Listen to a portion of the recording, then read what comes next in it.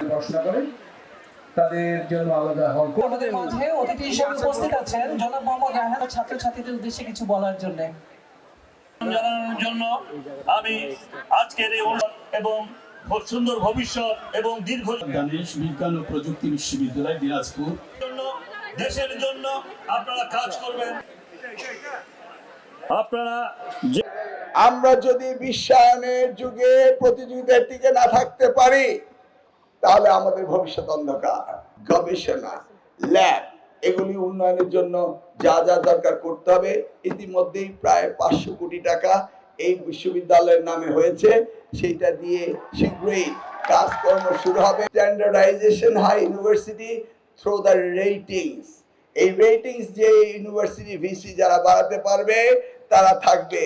আমি VC university প্রশাসন দেখি কিভাবে তারা এডুকেশনকে ডেভেলপমেন্ট করে এবং এগুলির খতিয়ান আমি তৈরি করছি, এগুলি রিপোর্টিং আমি নিচ্ছি।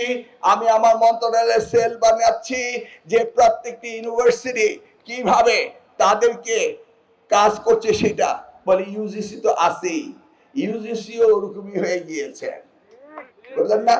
I want to see everything